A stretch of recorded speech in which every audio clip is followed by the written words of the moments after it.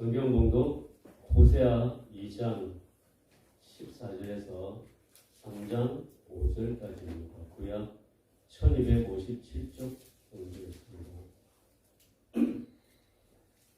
호세아 2장 14절에서 3장 5절까지 제가 먼저 한 절 읽고 여러분 한 절 읽으신 후에 마지막 5절을 함께 읽겠습니다. 그러므로 보라, 내가 그를 타일러 거친 들로 데리고 가서 말로 위로하고 거기서 그의 부모는 그에게 주고 아골 골짜기로 소망에 있는 산을 그가 거기서 노래하기를 어렸을 때와 내가 땅에서 올라오던 날과 같으리라. 여호와께서 이르시되 그날에 내가 나를 내 남편이라 일컫고 다시는 내 바알이라 일컫지 아니하리라. 내가 바알의 이름을 그의 입에서 제거하여 다시는 그의 이름을 기억하여 이르게 없게 하리라.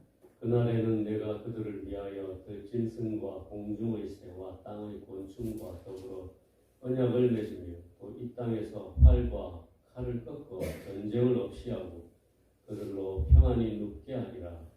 내가 내게 장사하도록 영원히 살되 공의와 정의와 동서적과 내게 장가들이라. 진실함으로 내게 장가들이니 내가 여호와를 아니라. 여호와께서 이르시되 그날에 내가 응답하리라. 나는 하늘에 응답하고 나는 땅에 응답하고 땅은 곡식과 포도주와 기름에 응답하고 또 이것들은 이스라엘에 응답하리라. 내가 나를 위하여 그들의 찾고 공의를 받지 내 세상에 앉은 자에게 영광을 이루기를 너는 내 세상이 아니라 그들을 주님의 하나님이라 하시니라. 3장 1절입니다. 여호와께서 내게 이르시되 이스라엘 자손이 다른 신을 섬기고 건포도 과자를 즐길지라도 여호와가 그들을 사랑하나니 너는 또 가서 타인의 사랑을 받아 음녀가 된 그 여자를 사랑하라 하시리라. 내가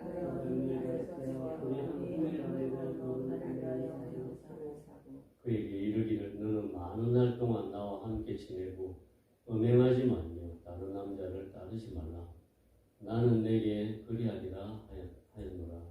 이스라엘 자손들이 왕도 없고 수호자도 없고 제사도 없고 수상도 없고 에봇도 없고 브라벤도 없이 지내다가 함께 읽겠습니다. 그 후에 이스라엘 자손이 돌아와서 그들의 하나님 여호와와 그들의 왕 다윗을 찾고 마지막 날에는 여호와를 경외하고 여호와와 그의 은총을 나아가리라. 반갑습니다. 계절의 여왕 5월이 되었습니다. 가정의 달이기도 한 이 5월에는 지금까지 하나님 우리의 가정에 내려주신 은혜를 헤아려 보는 시간이 되길 주님의 이름으로 축원합니다. 5월 들어 호세아서를 본문으로 말씀을 듣고 있습니다. 호세아 선지자는 독특하게 문서 선지자들 가운데서 유일하게 북왕국 이스라엘 출신의 선지자였습니다. 사마리아가 멸망하는 시대에 활동했던 선지자였습니다. 그런 호세아 선지자에게 하나님께서 명령을 내리셨습니다.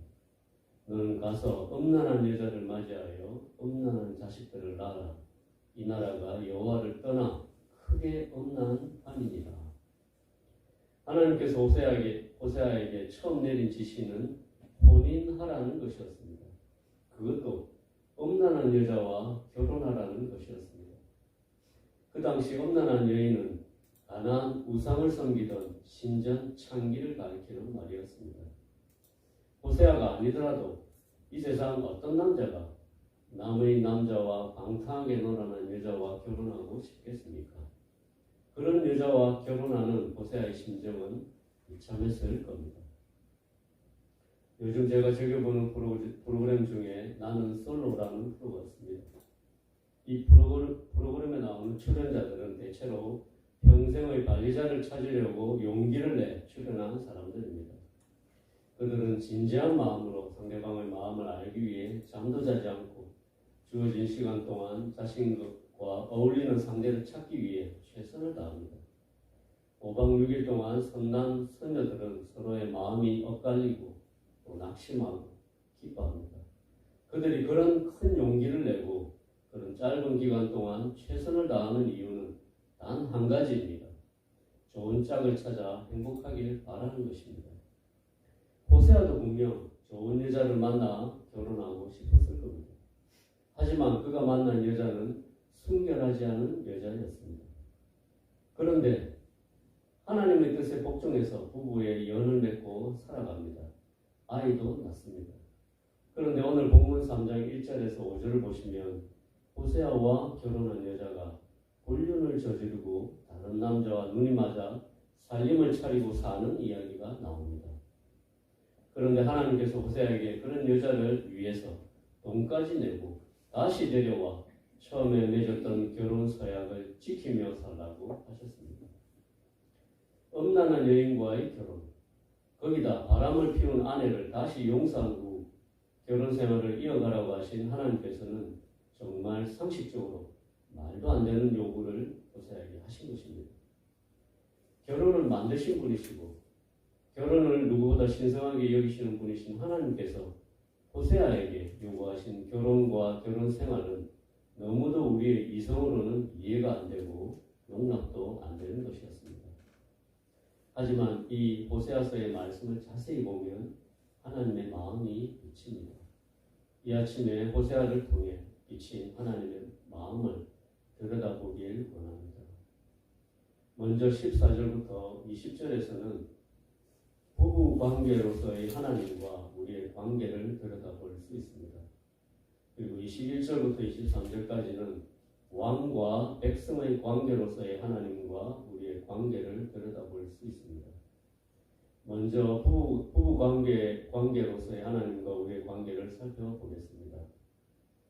호세아에게 요구하신 결혼과 결혼 생활은 이성적으로도 이해가 안 되는 결혼이며 율법적으로도 윤리적으로도 용납이 안 되는 결혼이며 결혼 생활이었습니다. 그런데 이런 것을 요구하신 하나님께서 우리에게 던지시는 메시지는 하나입니다. 호세아의 사랑처럼 하나님이 인간과 하고 계신 사랑이 그러하다는 것입니다. 그 사랑은 불행한 사랑입니다. 호세아는 분명 불행한 사람과 불행한 결혼을 바라지 않았을 겁니다.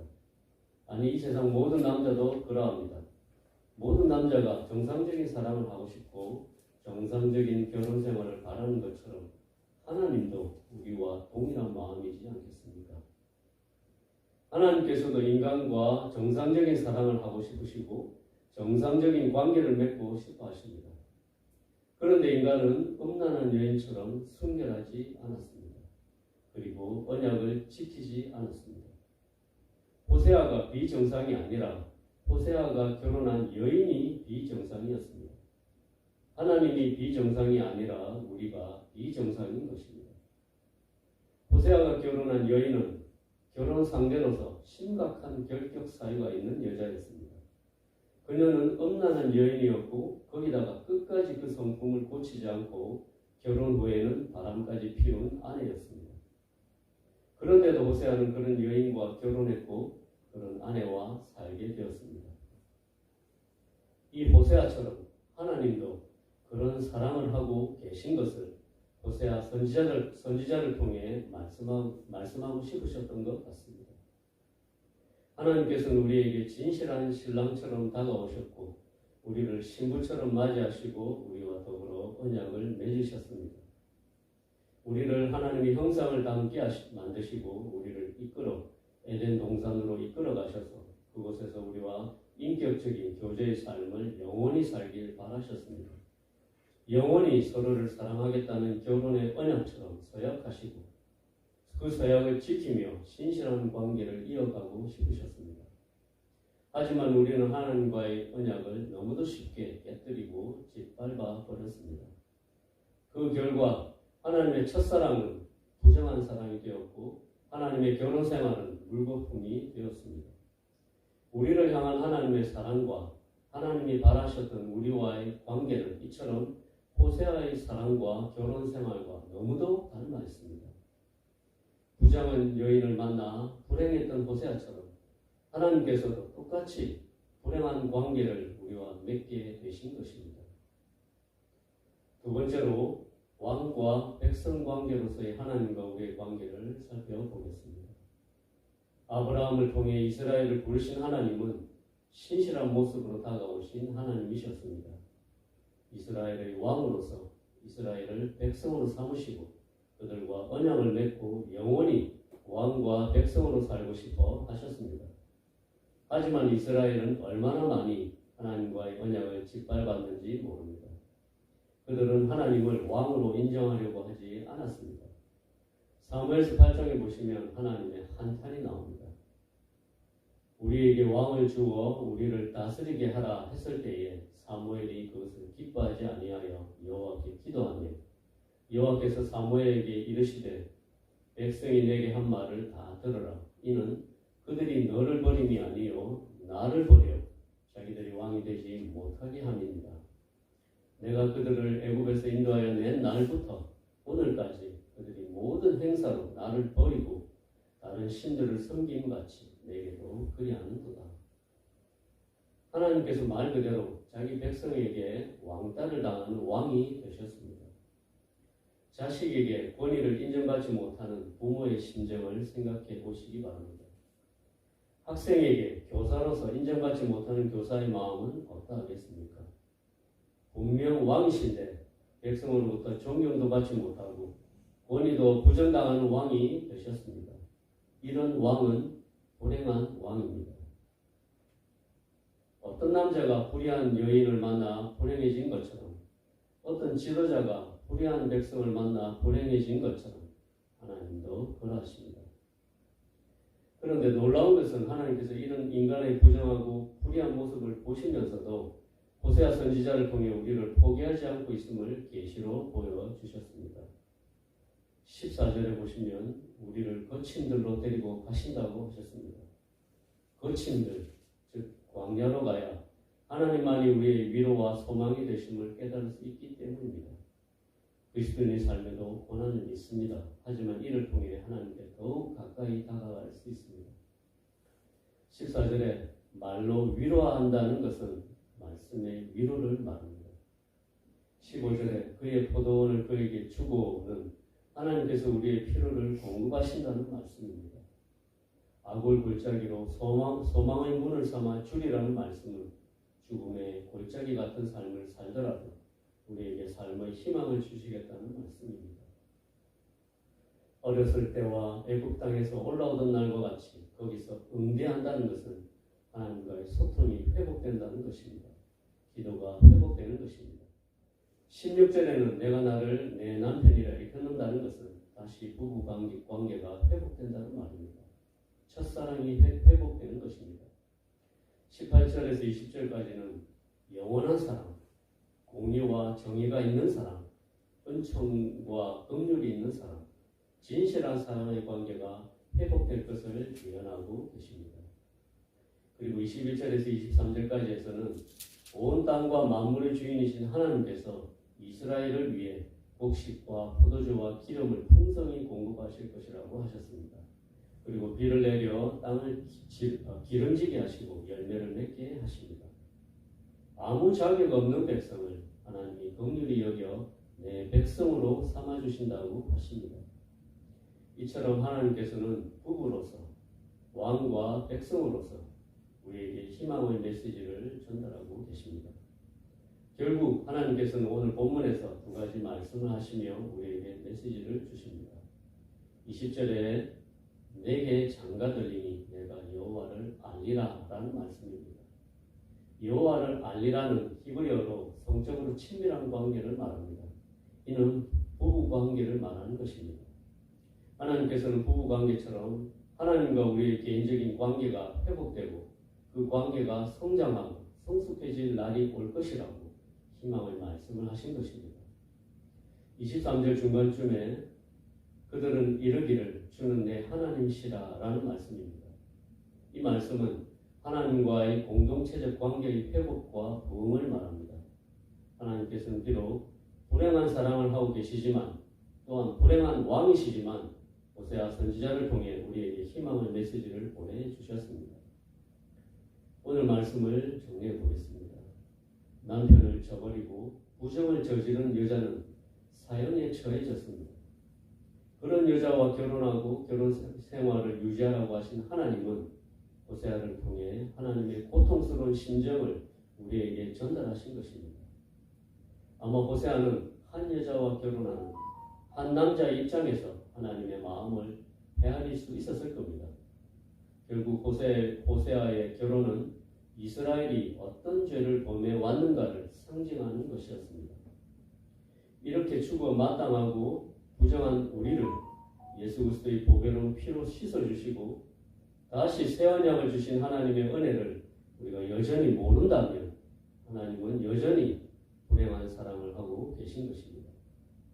또한 자기 땅에 오매 자기 백성이 영접치 아니하였다고 요한복음에 기록된 것처럼 우리가 여전히 하나님이 진정한 우리의 왕이심을 부정하고 있다면 하나님은 여전히 불행한 군주가 되시는 것입니다.